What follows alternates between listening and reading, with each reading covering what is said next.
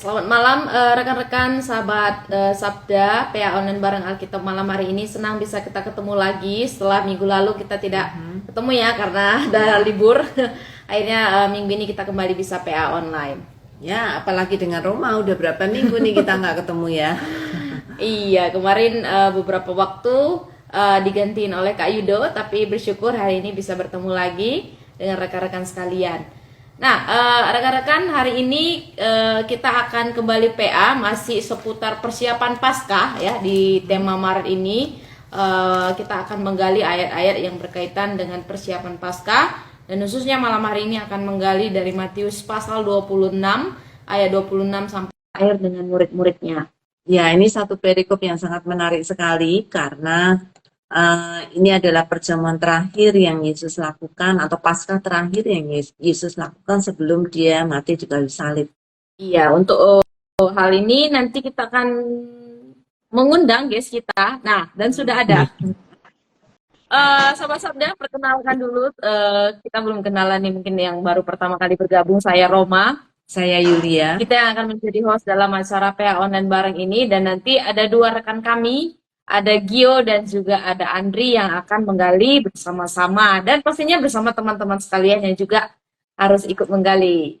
Ya. Oke. Nah, kita kenalan dulu dengan guest kita. Ya, oke. Bisa dari Gio dulu mungkin ya. Bisa kenalan singkat ke kita semua. Iya. Halo semuanya. Kembali lagi hari Bu Yulia dan Kak Roma. Salam kembali lagi bertemu saya dengan Giovanni. Saya tinggal dari Jakarta, kemudian pekerjaan sekarang karyawan swasta. Oke. Terima kasih. Ya, bergereja di mana, Giovanni? Oh ya, saya bergereja di GPI Depok 1. Oke. Oke, salam kenal untuk teman-teman yang lain yang belum pernah bertemu dengan Giovanni. Nah, sekarang kita lanjutin ke Andri ya. Silakan Andri bisa perkenalan ke kita semua mungkin. Halo Kak Yuli, Kak Roma, salam kenal. Pertama kita ketemu Kak ya. Iya. Nama aku Andri Jonathan Diba, aku pelayanan di Gereja Kristus Cibubur. Oke. Iya. Oke, berarti aktif melayani ya? Iya. Oke. Ya. Oke, kedua rekan kita sudah kenalan nih, ada Andri, ada Gio yang akan menemani kita dalam PA Online bareng Alkitab malam hari ini. Dan sekali lagi kami menginfokan ke kita semua, teman-teman, kita ada di dalam acara PA Online bareng seri Alkitab, satu pendalaman Alkitab yang kita buka setiap hari Senin untuk menggali pasal-pasal yang terkenal dengan sudut pandang yang baru, dan back to the Bible ya, kembali kepada Alkitab setiap penggalian yang kita lakukan. Ya, dan bulan ini karena menjelang Paskah kita mempersiapkan diri untuk membahas perikop-perikop atau bagian-bagian Alkitab yang berbicara tentang Paskah. Terkhusus hari ini, hari di mana kita akan membahas tentang perjamuan terakhir dengan Yesus. Iya, masih dengan metode yang sama, kita memakai metode SABDA, itu singkatan dari simak, analisa, belajar, doa, diskusi, dan aplikasi. Dan teman-teman nanti mungkin juga bisa implementasikan ketika pendalaman Alkitab secara diri ataupun bersama teman-teman kelompok di gereja. Silakan. Kalau ingin tahu lebih banyak tutorial dari metode SABDA ini, nanti admin akan memberikan alamatnya bagi saudara untuk bisa melihat tutorial dengan lebih jelas. Oke, nah kita akan segera mulai acara kita dalam doa. Untuk itu Ibu Yulia bisa membuka dalam doa. Ya, mari kita berdoa bersama-sama. Bapa yang surga, kami sungguh bersyukur karena malam hari ini kami boleh beri kesempatan lagi untuk belajar firman-Mu. Tuhan, kiranya Engkau tolong kami, buka hati kami, buka pikiran kami, dan kiranya Roh Kudus-Mu menolong kami untuk mengerti ayat-ayat yang akan kami bahas ini dengan sudut pandang Allah, sehingga kami boleh mengerti, dan kiranya hati kami boleh dipersiapkan untuk merayakan Paskah di minggu ke depan yang akan datang. Terima kasih Tuhan, dalam nama Tuhan Yesus, terusan kami yang hidup kami berdoa. Amin. Amin. Oke, sebelum kita mengupas ayat dan perikop hari ini dari Matius pasal 26 ayat 26 sampai 29, kita akan sedikit review ya, dan mungkin sedikit menjelaskan kepada rekan-rekan semua tentang latar belakang perjamuan perjamuan Paskah yang biasanya dilakukan di Perjanjian Lama gitu ya. Nah, di Perjanjian Baru kan Yesus melakukan dengan murid-muridnya. Nah, tetapi di Lama biasanya menjelang Paskah setiap keluarga biasanya akan menyediakan waktu untuk apa ya, bersama-sama melakukan perjamuan Paskah dengan cara menyembelih domba, kambing, dan juga mereka nanti akan oleskan di tiang pintu rumah mereka. Setelah itu yang mereka lakukan akan memecahkan roti yang tidak beragi dan memakannya, bahkan akan ada nanti dilanjutkan dengan juga meminum cawan berkat biasanya mereka lakukan, dan sembari nanti orang tua mereka akan menceritakan ke anak-anak mereka tentang sejarah nenek moyang mereka keluar dari tanah Mesir. Ya, ada satu hal yang menarik tentang memecah roti, atau mereka diminta untuk membuat roti yang tidak beragi. Pada saat itu memang sepertinya ada apa ya, ada kesan mereka membuat roti yang tidak beragi karena dalam keadaan tergesa-gesa gitu ya. Karena mereka akan segera meninggalkan Mesir dan tidak ada waktu untuk membuat roti itu mengembang karena butuh 1-2 jam untuk roti itu mengembang ya. Tetapi setelah hari Paskah yang pertama lewat, mereka tetap merayakan dengan roti tidak beragi. Kenapa? Padahal tidak ada rasa tergesa-gesa, mereka bisa membuat roti yang bisa mengembang gitu ya. Tetapi ini tetap dipertahankan karena ragi itu seringkali kalau saudara melihat juga di Perjanjian Baru, ragi itu satu apa ya? Satu tanda atau satu simbol untuk perbuatan yang tidak benar. Jadi ketika Tuhan sempat menyindir ya tentang orang Farisi, jangan apa namanya mengkhamirkan adonan gitu ya, karena perbuatan orang kafir atau bukan perbuatan orang Farisi itu bukan perbuatan yang sesuai dengan kehendak Tuhan. Jadi itu dipertahankan salah satunya karena mereka diminta oleh Allah untuk hidup suci, hidup kudus, tidak tercemar gitu ya. Tidak tercemar oleh ragi, yaitu tindakan yang tidak benar, yang tidak sesuai dengan kehendak Tuhan, supaya mereka tetap berkenan kepada Tuhan. Iya, nanti cara-caranya juga ada teman-teman, cara mereka memanggangnya, terus dengan cara mengeluarkan kepalanya, isi perutnya itu semua ada gitu ya. Cara mereka ketika memanggang untuk dombanya ataupun roti tidak beragi ataupun mungkin cawan berkat yang mereka lakukan setiap kali Paskah. Ini Paskah Perjanjian Lama, teman-teman nanti bisa pelajari karena ada banyak referensi yang bisa dipakai untuk mencari bagaimana tradisi Paskah Perjanjian Lama yang dilakukan oleh orang-orang Yahudi gitu.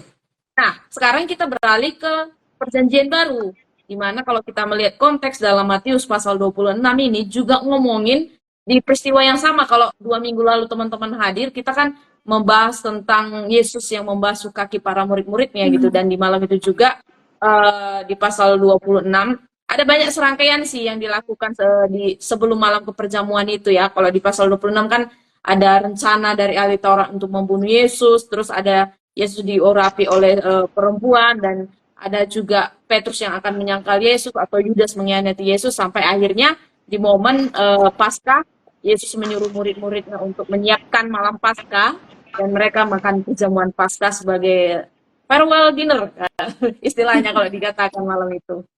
Ya, Matius pasal 26 ini sangat padat banget karena ada 10 perikop di sana. Jadi kisah yang disampaikan oleh Matius di pasal 26 ini padat sekali, banyak sekali peristiwa yang terjadi sebelum kematian Yesus. Ya. Oke. Nah, oke teman-teman, kita akan coba membaca untuk ayatnya. Ini ayatnya sebenarnya singkat sekali ya, kalau dari parikop yang penetapan perjamuan malam yang kita lihat dari Matius pasal 26 ayat 26 sampai 29. Nah, ini Gio dan Andri akan membacakan ke kita semua untuk ayat-ayat ini. Nanti dimulai dari Andri 2 ayat, terus dilanjutkan ke Gio 2 ayat. Ya, bisa dimulai. Oke, terima kasih Kak. Matius 26 ayat 26. Demikian firman Tuhan, dan ketika mereka sedang makan, Yesus mengambil roti, mengucap berkat, memecah-mecahkannya, lalu memberikannya kepada murid-muridnya dan berkata, "Ambillah, makanlah, inilah tubuhku." Sesudah itu, ia mengambil cawan, mengucap syukur, lalu memberikannya kepada mereka dan berkata, "Minumlah, kamu semua dari cawan ini. Ayat 28, sebab inilah darahku, darah perjanjian yang ditumpahkan bagi banyak orang untuk pengampunan dosa. Akan tetapi aku berkata kepadamu, mulai dari sekarang aku tidak akan minum lagi hasil pokok anggur ini sampai pada hari aku meminumnya, yaitu yang baru, bersama-sama dengan kamu dalam kerajaan Bapakku. Amin. Amen. Thank you. Oke, dari 4 ayat ini kita akan gali bersama-sama ya. Jadi kita fokus di 4 ayat ini. Namun sebelumnya kita di langkah pertama, langkah simak, teman-teman bisa ikut menggali bersama kita. Nah, peristiwa apa yang mendahului makan perjamuan Paskah malam hari itu? Dalam hal ini kita harus lihat ayat-ayat sebelumnya. Nah, mungkin dari Gio dulu. Oke. Peristiwa yang mendahului makan perjamuan Paskah ini adalah karena di sini di ayat yang sebelumnya adalah waktu Yesus hampir tiba. Jadi ini seperti perpisahan sebelum Yesus mau diserahkan. Jadi di sini dibilang di Matius 26 ayat 17. Ya. Ya. Pada hari pertama, pada hari raya roti tidak beragi, datanglah murid-murid Yesus kepadanya dan berkata, di manakah engkau kendaki kami perbuat perjamuan Paskah bagimu?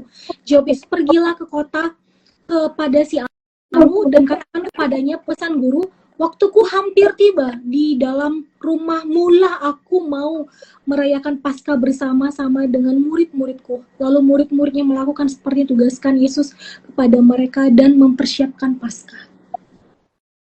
Oke.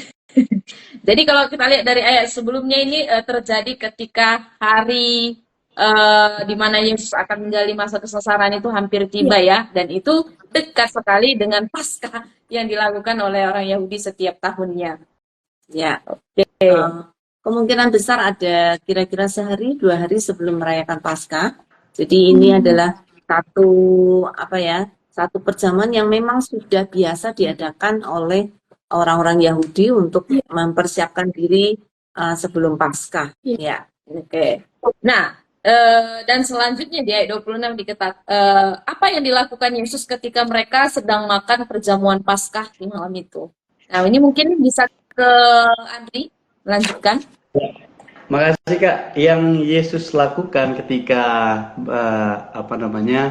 malam Paskah itu dikatakan ayat 26, dia mengambil roti, mengucap berkat, memecah-mecahnya, lalu memberikan kepada murid-muridnya dan berkata, ambillah, makanlah, inilah tubuhku. Dan di ayat 27 juga dikatakan bahwa sesudah ia mengambil cawan, mengucap syukur, lalu memberikannya kepada mereka dan berkata, minumlah kamu semua dari cawan ini. Jadi 26 dulu ya. Oh, 26. Ya. Iya. Yang pertama roti ya. Nah, nanti kita lihat apa artinya di sini. Nah, pada saat makan perjamuan Paskah, 2 kalimat penting apa yang Yesus ucapkan kepada murid-muridnya. Nah, sekarang kalau kita lihat dari 2 ayat 26 sama 27. Ya. Mungkin bisa lanjut ke Gio lagi. Kalau teman-teman di rumah juga yang ingin menjawab, silakan tuliskan saja di kolom komentar ya. Jadi pada saat makan perjamuan Paskah, 2 kalimat penting yang diucapkan Yesus kepada murid-muridnya saat mengambil roti, ambillah, makanlah, inilah tubuhku. Saat memberikan cawan minuman, Yesus berkata, minumlah kamu semua dari cawan ini. Sebab inilah darahku, darah perjanjian yang tumpahkan bagi banyak orang untuk pengampunan dosa. Ya. Ini 2 kalimat penting. Iya. Jadi Tuhan Yesus sebenarnya sedang melakukan ritual perjamuan kudus untuk perjanjian lama dalam persiapan, tetapi dia mengambil 2 kalimat yang sedikit berbeda daripada sebelumnya, karena di belakangnya dikatakan inilah tubuhku dan inilah darahku. Iya. Dan itu juga yang diberikan kepada murid-muridnya saat itu ketika mereka melakukan perjamuan itu ya. Ini tradisi yang dilakukan Paskah Yahudi, tetapi ada sedikit perbedaan dengan cara ketika Yesus memberikan kata-kata ya saat memberikan roti dan juga saat memberikan cawan sebagai minuman mereka. Nah, sekarang kita melihat menurut Yesus apa arti simbolis roti dan apa arti simbolis roti dan cawan anggur yang mereka makan dari ayat 26 sampai ayat 28 ini. Mungkin bisa balik ke Andri lagi. Oke, baik. Simbolis roti dan anggur yang mereka minum di sini tadi dikatakan bahwa ada makna baru yang Yesus berikan. Mungkin dalam konteks PL maknanya adalah pembebasan dari Mesir begitu ya. Namun dalam konteks PB ada sebuah makna baru yaitu pembebasan secara rohani begitu Bu. Di mana Ya, Yesus memberikan kebebasan terhadap dosa. ya. Jadi justru yang di Perjanjian Lama itu yang menyimpulkan apa yang akan datang nanti, gitu ya, bukan kebalikannya. Iya, Ya, betul Bu. karena Yesus sedang seperti menjelaskan bahwa apa yang terjadi di dalam Perjanjian Lama itu merupakan simbol akan apa yang akan dia lakukan. Ya, Iya, dan itu hanya digenapi oleh Yesus Kristus sendiri ya, melalui perjamuan malam yang dilakukan saat itu ya, di mana roti itu Iya, melambangkan tubuh tubuh Kristus Kristus. sendiri, dan juga cawan anggur. Nanti juga akan ada penjelasannya sih ke situ. Tetapi kita lihat ada simbol baru yang disampaikan oleh Yesus dari apa yang mereka lakukan. sebenarnya bukan simbol baru, tapi malah justru simbol di dalam perjanjian sekarang menjadi sesuatu yang nyata. Tidak lagi simbol, tapi Kenapa Bu ya? menjadi sesuatu Iya. yang nyata. Betul. Tetapi karena dia belum mati, sehingga ini seakan-akan masih dalam rangka simbol untuk yang akan datang. Iya. Karena besoknya Yesus baru mati ya. Iya. Ya. Betul. Oke, nah di ayat 29 ini ada janji ya yang Yesus berikan. Janji apa yang Yesus berikan setelah mereka makan dan minum dari perjamuan Paskah? Ini coba Gio lagi bisa menjawab dari ayat 29. Iya, janji Yesus di sini adalah ketika kita meminum anggur yang baru ini, nanti kelak bersama-sama dengan Yesus. Ini Yesus akan bersama-sama dengan kita dalam kerajaan Bapa di sorga. Ya. Jadi mulai saat itu Yesus tidak akan meminum anggur lagi sampai nanti ketika nanti dia datang dan dia akan minum bersama. Tetapi bukan untuk kita ya. Kitanya akan meminum cawan anggur dan juga roti untuk mengingat bahwa dia akan datang. Untuk selalu ingat bahwa Yesus akan menjemput mereka dan akan melakukan perjamuan yang sesungguhnya bersama dengan dia. Iya, jadi perjamuan itu juga yang kalau di zaman ini merupakan salah satu dari hal yang kita lakukan secara berulang-ulang karena ini rancangan Tuhan juga melalui makna yang diberikan melalui cawan dan juga roti perjamuan yang ada malam itu. Nah, ini mungkin belum ada tanggapan dari teman-teman yang join malam ini, jadi kita lanjut dulu. Berat sekali mungkin ya kayak. Ya, Betul. Berat banget ya. Lumayan berat. Mungkin berat. Iya. Ya. Ya, kita coba lihat lagi ya, Mas. Kita coba membandingkan di bagian analisa apa hubungan roti Paskah Perjanjian Lama dan arti baru dari roti yang menyimbolkan tubuh Kristus di Perjanjian Baru. Ya, silakan Andri.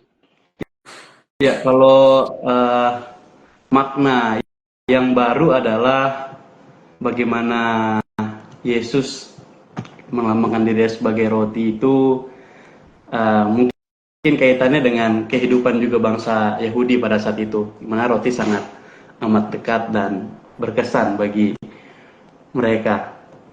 Nah, tadi pertanyaannya apa? Hubungan roti Paskah dan arti baru roti yang menyimbolkan tubuh Kristus.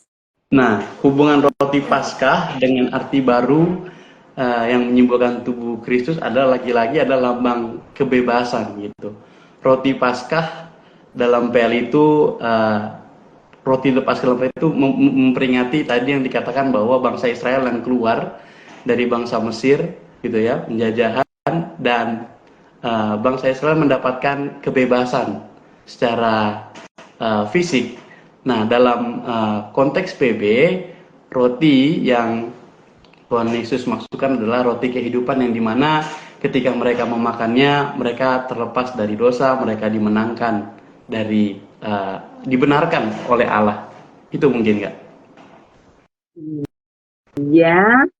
Tapi mungkin ada arti yang lebih dalam lagi ya. Ketika mereka masih ada di perbudakan Mesir, roti itu hanya menyimbolkan satu kebutuhan secara fisik ya. Bahwa mereka Jasmani. harus kenyang, mereka harus membuat energi sehingga tubuh mereka tetap kuat bekerja gitu ya. Satu simbol roti bahwa itu satu kesempatan yang Tuhan berikan sehingga mereka tetap bisa hidup dengan apa yang Tuhan berikan melalui bangsa Mesir. Sedangkan arti di dalam perjanjian baru itu lebih ke arti yang rohani, bahwa tubuh kita atau hidup kita bukan hidup hanya karena roti, tetapi karena roh yang Tuhan berikan di dalam hidup kita. Sehingga ketika kita melihat roti di dalam perjanjian baru, itu lebih ke kita melihat pada Yesus. Dialah yang memberikan roh itu pada kita. Oleh karena dialah kita menjadi hidup, roh kita menjadi hidup, sehingga kita boleh memiliki makna rohani yang jauh lebih dalam. Kan Yesus juga pernah berkata, ya akulah roti, ya itulah dia gitu ya. Dulu roti hanya sekedar roti untuk kebutuhan fisik, tetapi sekarang kita melihat roti atau orang-orang perjanjian baru melihat roti sebagai sumber kehidupan yang sesungguhnya, yaitu sumber kerohanian kita di dalam Yesus Kristus. Iya, jadi Yohanes mengatakan di dalam Injil Yohanes ya berkali-kali kata akulah roti hidup itu diulang-ulang gitu ya ketika Yesus memberikan pengajaran kepada banyak orang gitu, dan ternyata di sini sudah terlihat sekali gitu bahwa Yesus menjelaskan tentang ambillah ini tubuhku gitu ya. Jadi ketika mereka memakan roti itu menyimbolkan bahwa ada satu pengorbanan yang nanti akhirnya diselesaikan oleh Yesus di atas kayu salib dengan memberikan dirinya sebagai roti yang hidup, dan dialah sumber kehidupan secara rohani. Tanpa dia orang tidak bisa diselamatkan. Nah, jadi dari roti ini kita bisa melihat bahwa ada satu lambang pengorbanan ya, dan pembebasan yang mengarah kepada kasih Allah yang terbesar gitu ya melalui Kristus kepada seluruh umat manusia. Nah, sekarang kita melihat di bagian cawan ya, apa hubungan cawan anggur Paskah Perjanjian Lama dan arti baru dari cawan anggur yang menyimbolkan darah Kristus? Ya, silakan. Jadi, makasih Kak. Kalau misalnya di Perjanjian Baru itu dulu darah itu cawan anggur itu adalah darah perjanjian pada saat itu ya. Sekarang itu darah cawan anggur itu yang menyimbolkan darah Kristus, di mana itu adalah perjanjian baru yang kita terima ketika Yesus mati, di mana dengan menerima darah itu kita menerima pengampunan. Jadi ada yang namanya simbolis kita seseorang itu harus bertobat. Kemudian bagaimana itu simbol juga kita beriman serta mengakui dosa-dosa kita, seperti itu. Nah, dibutuhkanlah penumpahan darah supaya Allah dapat mengampuni dosa kita. Jadi pengampunan dosa itu didasarkan dengan pada kematian Kristus di kayu salib. Seperti yang kita tahu juga darah adalah kehidupan. Jadi dengan adanya penumpahan darah Yesus sebagai simbol sebagai ini ada pengorbanan yang Yesus berikan buat kita bagi orang-orang yang mau menerima pengampunan seperti itu. Iya. Ya, cawan anggur di dalam Perjanjian Lama karena berisi anggur yang melambangkan melambangkan berkat bagi orang-orang Israel pada saat itu, merupakan satu simbol itu yang akan datang, bahwa nanti Kristus akan datang bukan lagi memberikan anggur yang sekedar memberikan kenyamanan bagi kita atau menjadikan berkat secara jasmani bagi kita, tetapi memberikan arti yang lebih dalam, yaitu memberikan nyawa atau memberikan hidup yang baru di dalam Kristus, sehingga kita bisa hidup tidak lagi untuk diri sendiri, tetapi betul-betul kita hidup bagi Kristus. Kalau kita melihat simbol lagi ya, kalau anggur biasanya bagi masyarakat Yahudi itu satu simbol kegembiraan, berkat, sukacita, dan itu salah satu yang mereka juga lakukan ketika dalam perayaan Paskah gitu, untuk mengungkapkan rasa syukur mereka kepada Tuhan gitu ya. Makanya mereka minum, katanya itu cawan berkat gitu dari Allah. Dan itu tadi ya, cawan anggur yang akhirnya menyimbolkan darah Kristus ya menjadi satu berkat juga bagi manusia karena melalui darahnya yang kudus itu tercurah di atas kayu salib untuk kita. Tapi jalannya ditempuh Kristus harus melalui penderitaan gitu. Tapi itu menjadi berkat bagi manusia yang menerima dan percaya kepadanya. Ah, ini satu penyerahan diri yang luar biasa diberikan Allah kepada umat manusia. Ya, oke. Nah, ini ada satu tanggapan sih Bu dari Kak Gotes nih di sini tentang roti. Kak Gotes bilang roti mengingatkan kita akan tubuh Kristus yang telah disalibkan. Ini biasanya diingatkan ketika perjamuan di gereja. Oke, ini ya sering dilakukan juga di gereja. Dari Febri Saragi ada pertanyaan. Memungkinkan nggak ya kalau perjamuan tanpa roti dan anggur? Misalnya di satu daerah nggak ada roti dan anggur. Alternatifnya apa? Wah, ini mungkin ada jawaban dari teman-teman yang mungkin pernah menemukan juga di dalam pelayanan. Silakan. Saya mungkin pernah. Iya, saya juga. Seperti nih, Kak Gio kah atau? Coba kakak juga. Oke. Andri dulu boleh. Oke baik, terima kasih Kak Febri tadi ya. Mungkin kan nggak kalau perjamuan tanpa roti dan anggur? Jawabannya sangat memungkinkan gitu. Karena kenapa? Karena perjamuan itu adalah simbol makna mengingat, tidak berfokus kepada anggur dan rotinya. Itu bisa digantikan. Contoh kasus mungkin saya pernah melayani pada saat itu anggurnya habis Ibu Bapak.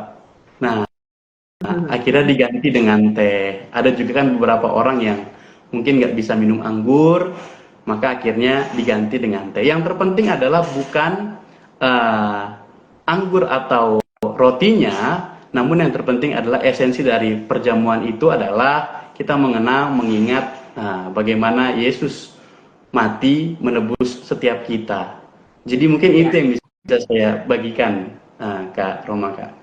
Ini. Iya, Terima kasih. Kalau Giovanni, waktu itu Andri diganti dengan apa Andri?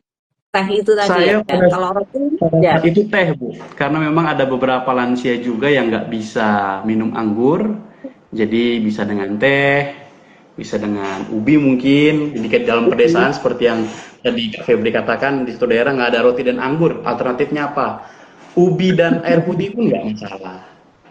Iya. Yang penting esensi dari perjamuan. Kalau saya sirup merah. Ya, sirup anggur. Kalau Giovanni ada pengalaman lain? Iya, jadi kemarin ketika kita ada persekutuan doa, terus kita mau kirim teman kita mau ke misi, kita digerakin sama Roh Kudus kayak mau buat perjamuan gitu. Jadi kita lihat ada sari roti di rumah sama teh manis. Jadi kita pakai sari roti dan teh manis. Ada roti seperti itu. Itu sih pengalaman kita. Iya.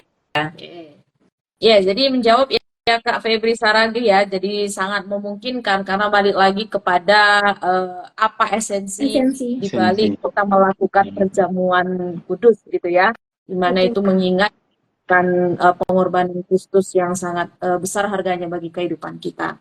Oke, nah kita lanjutkan lagi di langkah berikutnya tentang pembelajaran. Ini apa tujuan Yesus memberikan cara dan arti yang baru dari makan perjamuan Paskah di Perjanjian Baru?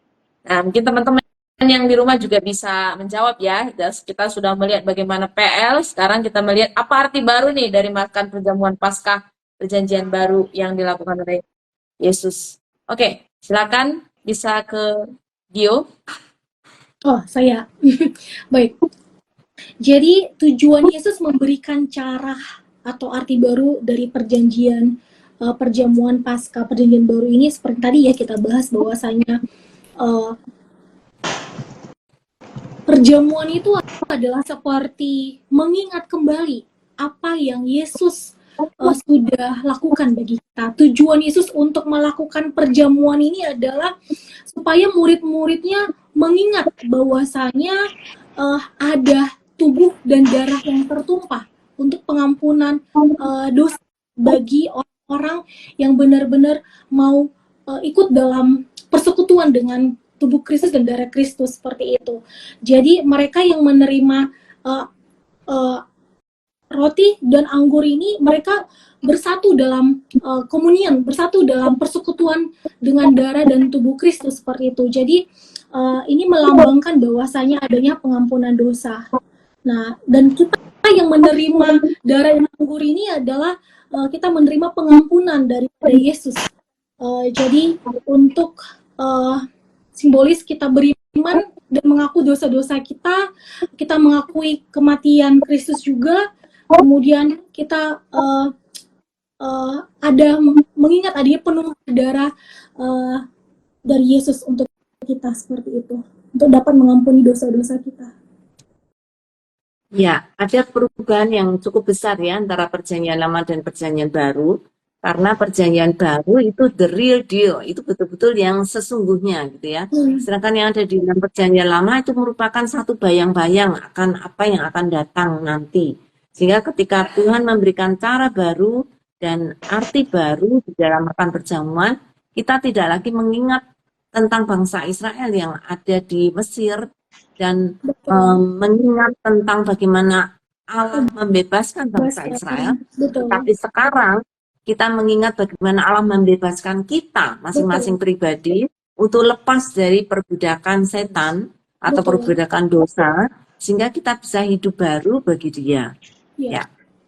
Jadi satu isyarat ya akan pengorbanannya yang besar sebagai dasar di perjanjian baru gitu ya.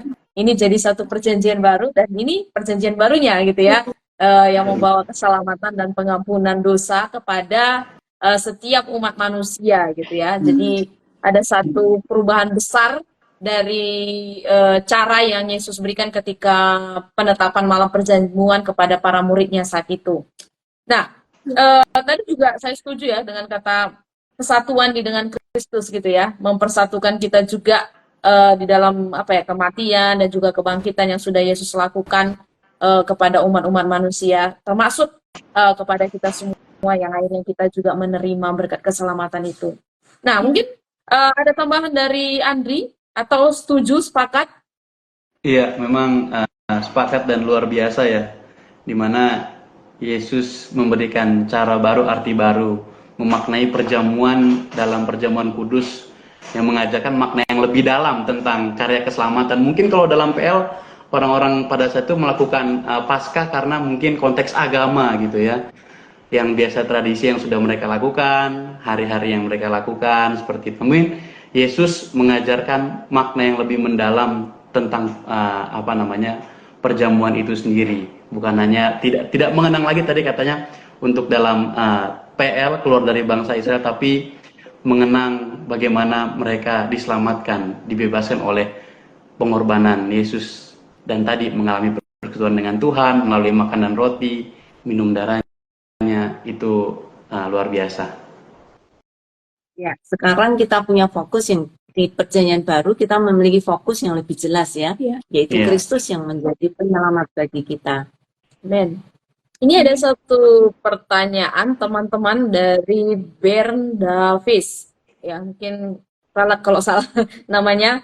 Bagaimana pendapat Bapak Ibu tentang perjamuan kudus yang dilakukan beberapa sinode gereja dalam liturgis gereja setiap ibadah dengan perjamuan kudus pada peringatan kematian dan kebangkitannya saja. Ya, intinya sinode lakukan setahun sekali gitu. Gimana menurut pandangan teman-teman? Kalau gimana nih? Berbicara tentang kan berbagai macam sinode ini kan punya dogma masing-masing.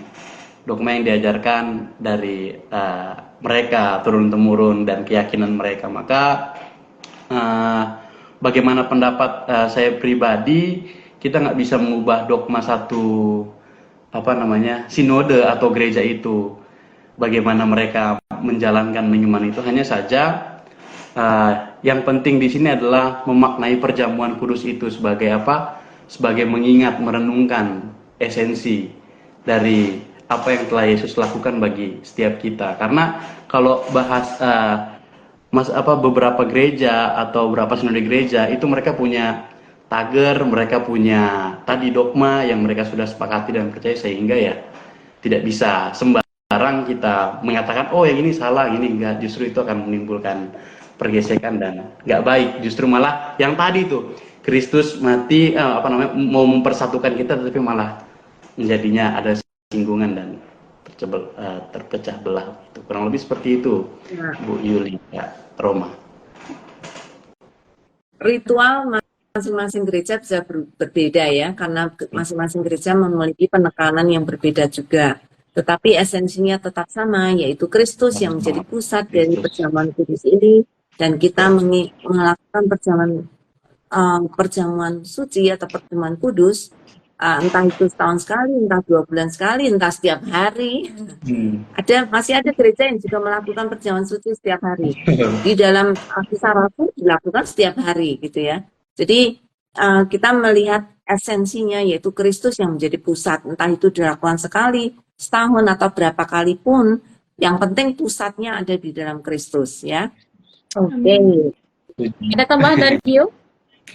Saya lengkap ya Kak ya.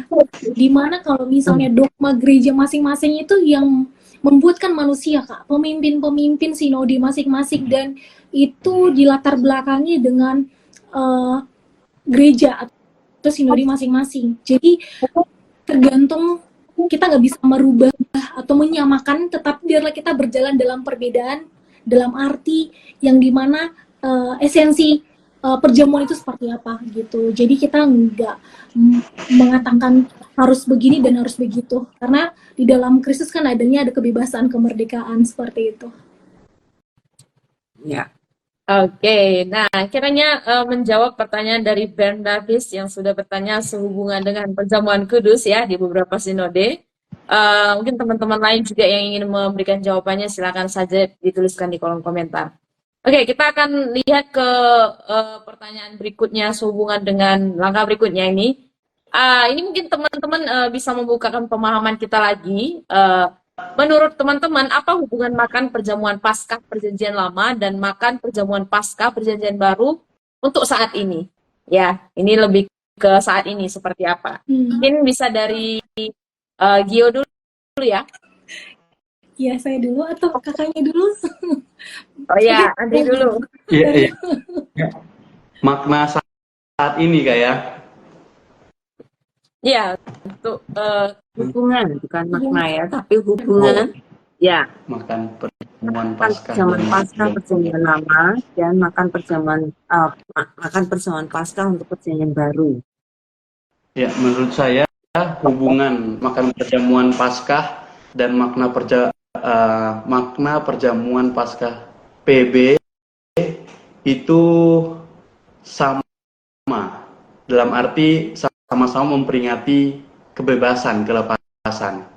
Yang membedakan adalah dalam PL tadi, Paskah dalam PL itu memperingati kebebasan bangsa Israel keluar dari Mesir. Namun dalam PB itu maknanya adalah kita dibebaskan dari belenggu dosa. Itu artinya apa? Kita sebagai orang percaya, sebagai anak Tuhan, kita bisa menang lawan dosa. Kita bisa memilih kita nggak mau berdosa. Meskipun punya potensi, tapi karena Kristus telah mati, gitu ya, menang di atas kayu salib, maka kita dibebaskan, kita dimenangkan, bahkan kita dibenarkan oleh kematian Yesus Kristus itu sendiri. Itu Kak Yuli, Kak Roma, dari saya. Iya. Kalau boleh pakai bahasa zaman sekarang ya, gimana hubungannya baik-baik saja.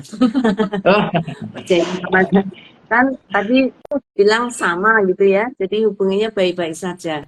Memang di dalam Perjanjian Lama dan Perjanjian Baru ada perbedaan, tadi sudah disampaikan juga oleh Pak Andri ya.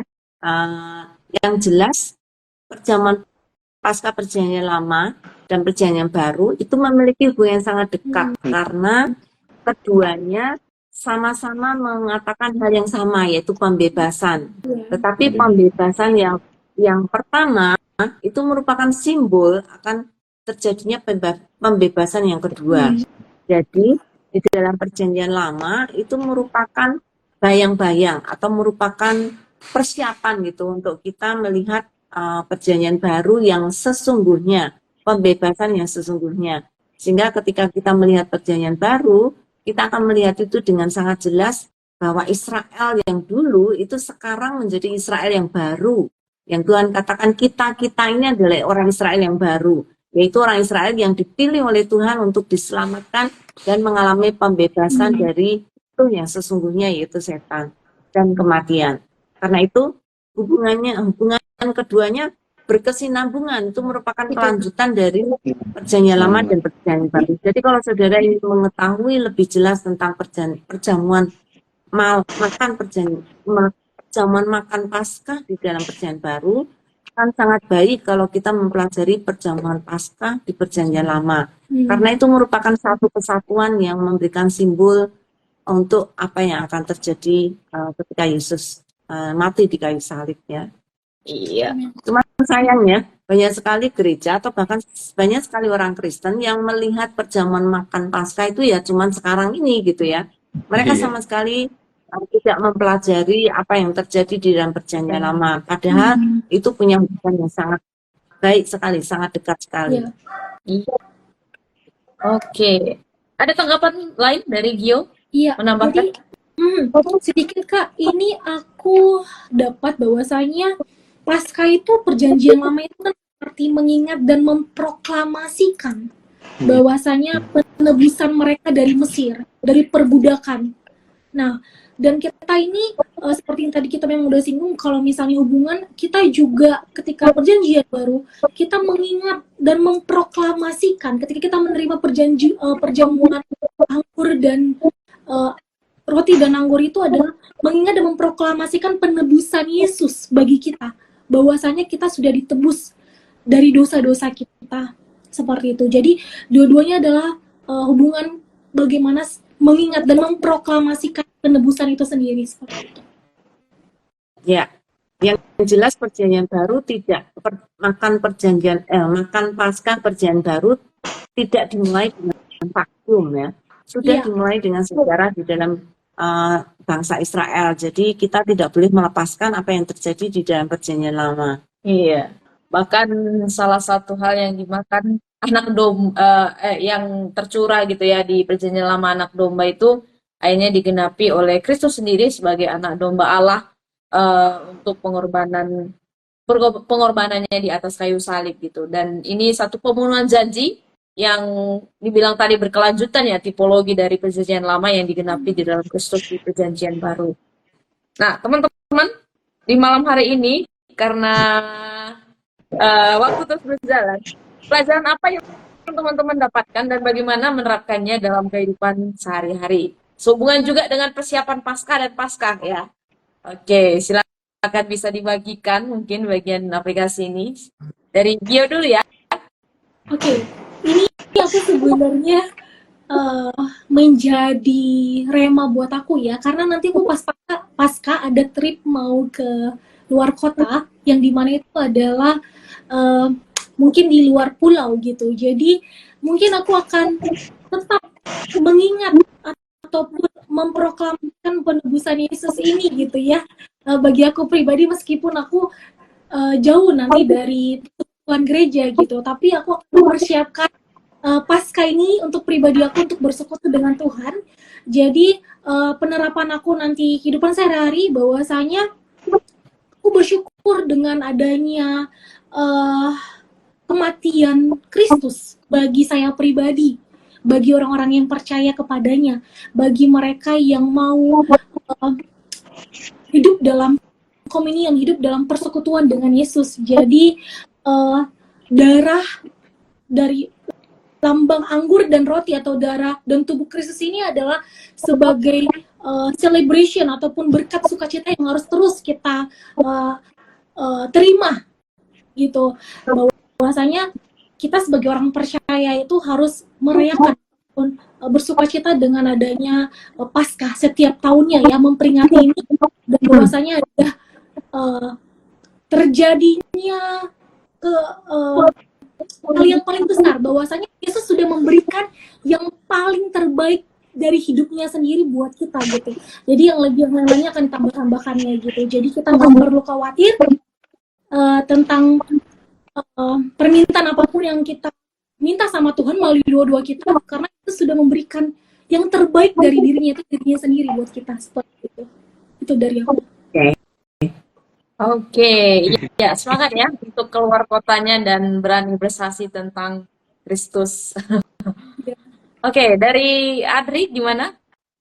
Iya Kak, luar biasa temanya dalam, dan tema yang didapatkan saya pribadi adalah dari perenungan ini semakin diingatkan menjelang hari-hari Hari Raya Jumat Agung dan Paskah itu, diingatkan kembali, diperkuat kembali dengan pengorbanan Yesus yang luar biasa gitu ya.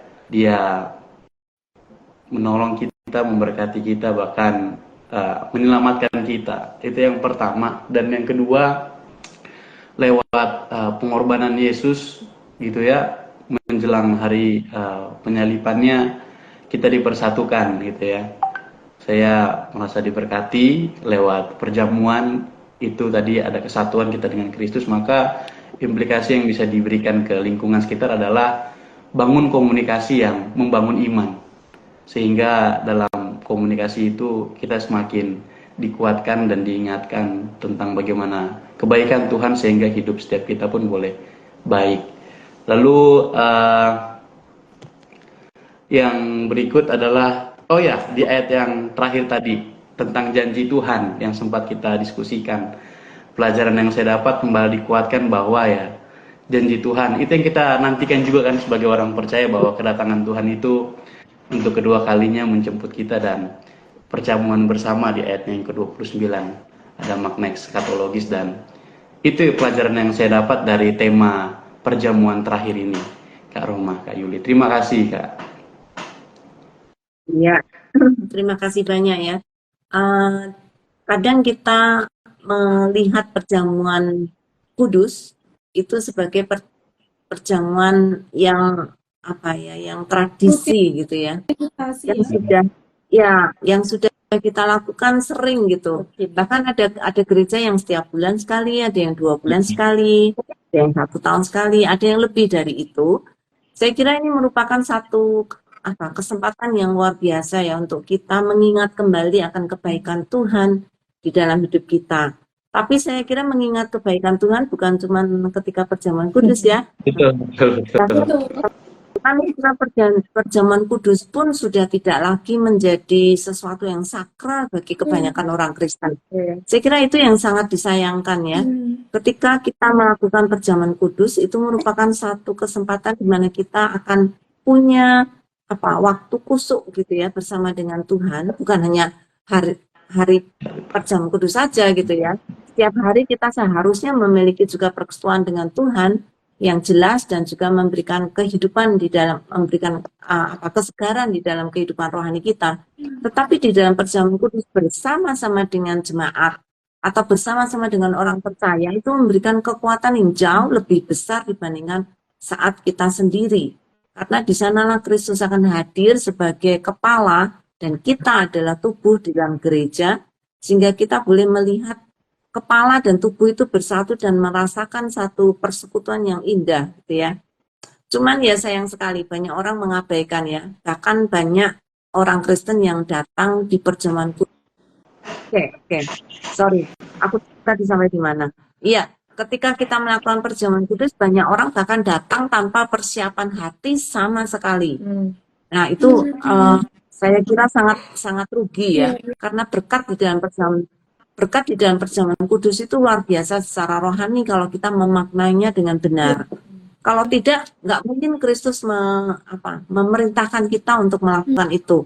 Kenapa Kristus memerintahkan itu? Karena ada makna besar dan ada berkat besar yang diberikan ketika kita melakukannya dengan cara yang benar, dengan hati yang benar, ketika kita sungguh-sungguh menantikan akan perjamuan itu bersama dengan Tuhan. Sangat sayang sekali orang tidak lagi merasakan berkat itu karena mereka sendiri tidak siap untuk menerima berkat itu.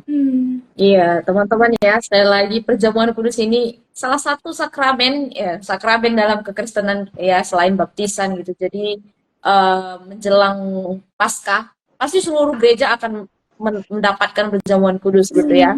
Pasti semua gereja di dunia gitu. Jadi kita perlu persiapan hati, pikiran, dan jiwa kita untuk boleh menerima tubuh dan darah Kristus melalui pengorbanannya di kayu salib. Nah, ini ada beberapa tanggapan juga dari teman-teman yang sudah bergabung malam ini, masih dari Barn Davis.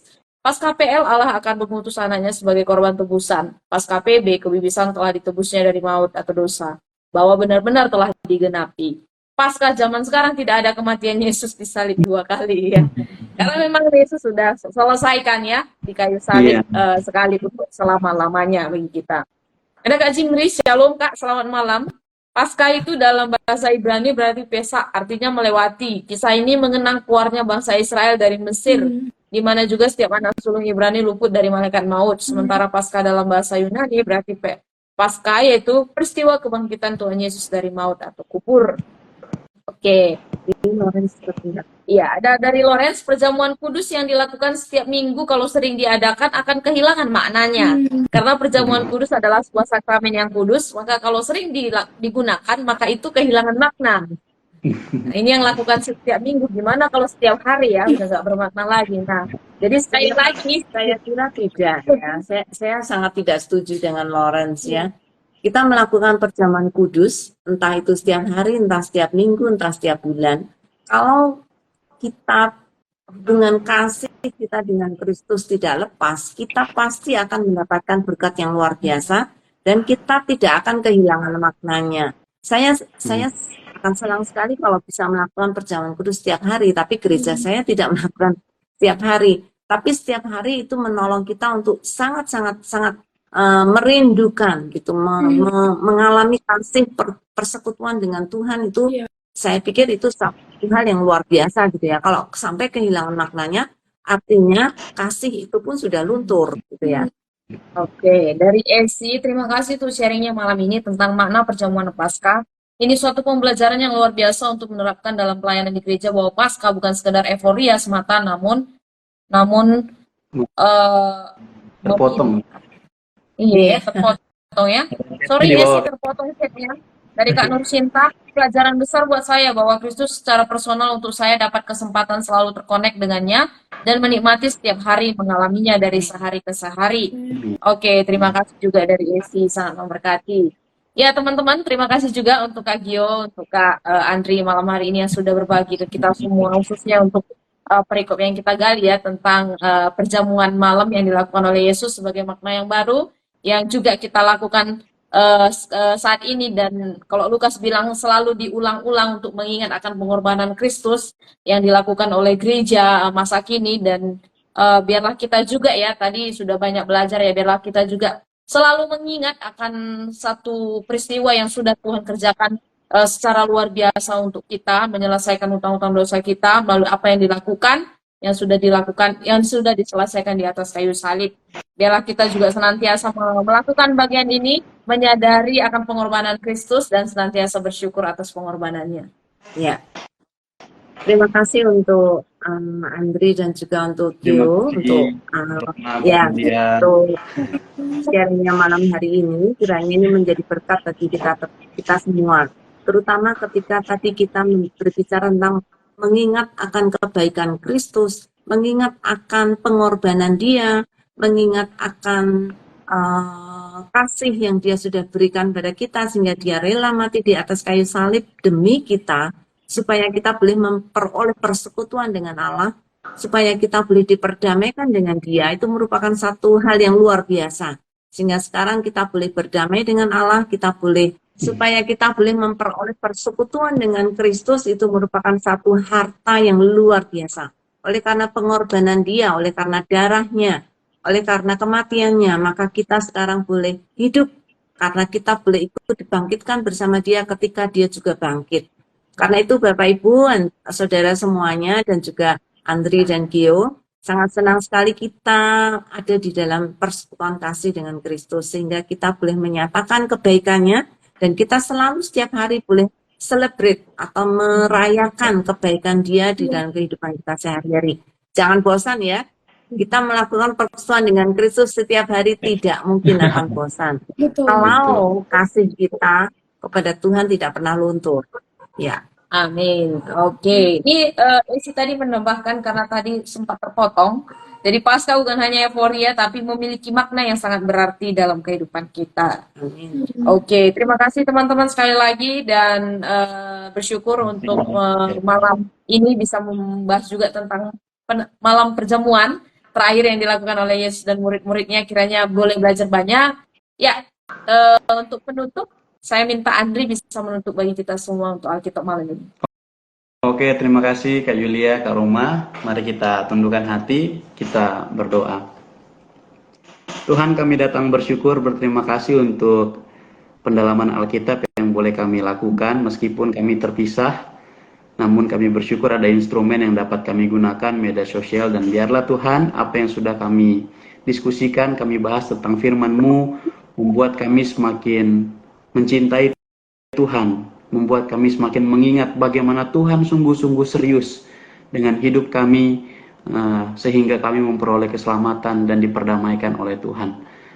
Terima kasih banyak Tuhan untuk Kak Yulia, Kak Roma, bahkan Kak Gio, bahkan setiap kami yang boleh hadir bersama-sama di live Instagram. Biarlah setiap kami boleh diberkati dan kehidupan kami pun boleh menjadi berkat bagi sesama kami. Ini doa kami Tuhan, ini ungkapan syukur kami. Dalam nama Tuhan Yesus Kristus kami berdoa dan bersyukur untuk PA pada malam hari ini. Haleluya. Amin. Amin. Thank you banyak Andri, thank you. Teman-teman, minggu depan kita masih akan bertemu masih dengan tema persiapan Paskah, dan besok minggu depan kita akan tentang Yesus yang menanggung semua penderitaan bahkan disalib untuk menyelamatkan manusia, ya, dari Markus 15 ayat 20 sampai 32 dengan judul Dia dihujat karena aku. Nah, ini judulnya menarik sekali nih kalau lihat kalimatnya. Jadi teman-teman pastikan hadir minggu depan untuk boleh belajar bersama-sama.